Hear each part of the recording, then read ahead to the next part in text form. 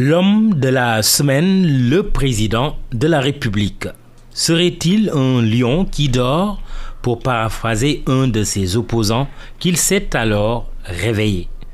Un seul coup de patte et 3 fonctionnaires de sauter. Mais c'est surtout le limogeage du directeur général des Sénégalais de l'extérieur, Sori Kaba, qui défraie la chronique politique.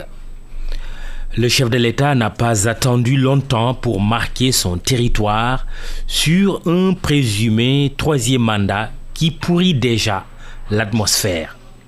Seul le président Macky Sall sait pourquoi il tient tant à imposer le silence. Officiellement, il ne voudrait pas que le 3e mandat, qui n'est pour l'instant qu'une hypothèse, la précision ayant son pesant d'or, vienne empoisonner le 2e mandat. D'aucuns s'empresseront de préciser le second pour marquer la différence. Le célèbre cinéaste Sembène a donné ses lettres de noblesse au mandat à travers son fameux film éponyme. Jamais 2 sans 3, dit-on. Mais tout est de savoir si 2 signifie 2e ou équivaut plutôt à second. Il faut quand même dire que si le syndrome du 3e mandat poursuit aujourd'hui encore le Sénégal, c'est parce que le pouvoir et l'opposition avaient préféré faire la sourde oreille aux alertes lancées par 2 éminents professeurs de droit dont la voix a toujours fait autorité.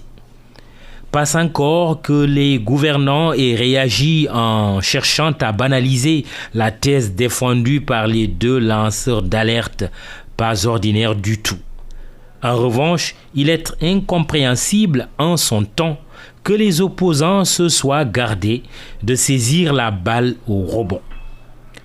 Nos 2 juristes, non pas qu'ils cherchaient à instaurer un débat vicieux sur l'éternel 3e mandat, tenaient simplement à prévenir contre les risques de voir s'installer une nouvelle polémique sur une équation qu'on avait cru définitivement résolue.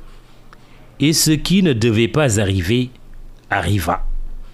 Entre-temps, la révision constitutionnelle de mars 2016 a fait sauter le verrou des dispositions transitoires, innocemment ou volontairement. Allez savoir. Sans entrer dans le débat juridique avec ses 1001 interprétations possibles, à plus forte raison quand il y a matière à interpréter, ne faudrait-il pas se suffire de l'esprit des lois ? La loi fondamentale, révisée par référendum, notamment sur la question de la limitation du nombre de mandats, a bien pour motivation essentielle de mettre fin à un débat sans fin. C'est en tout cas l'esprit que tous en ont, ou du moins doivent en avoir après le traumatisme de 2012. De surplus, la propre compréhension du président de la République en tant que premier à être visé par les dispositions de l'article 27 de la Constitution ne devrait-elle pas rassurer sur son intention? En effet, Macky Sall a lui-même plus d'une fois assuré qu'il ferait son dernier mandat s'il était réélu. Quel gage peut-il à nouveau offrir si ce n'est de répéter ce qu'il a déjà déclaré urbi et orbi? La sagesse recommande de le prendre au mot jusqu'à preuve tangible du contraire. Continuer à conjecturer sur le sujet, c'est non seulement lui faire une mauvaise querelle, mais pire, c'est la meilleure façon de tenter le diable. Une question qui n'est pas encore posée. Qui a intérêt à entretenir une spéculation sur un mandat qui ne prendra effet qu'en avril 2024?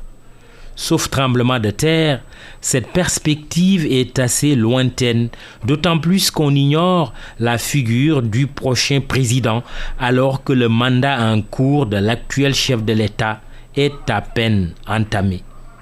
Disons-le ici et maintenant. Le président Macky Sall doit avoir un autre dessein pour ce Sénégal qu'il a élu et réélu que l'assouvissement de son destin personnel.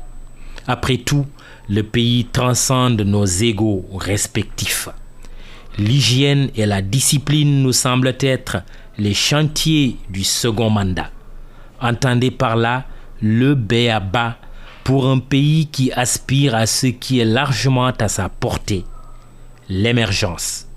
Sans hygiène et sans discipline, il est impossible de sortir des bas-fonds.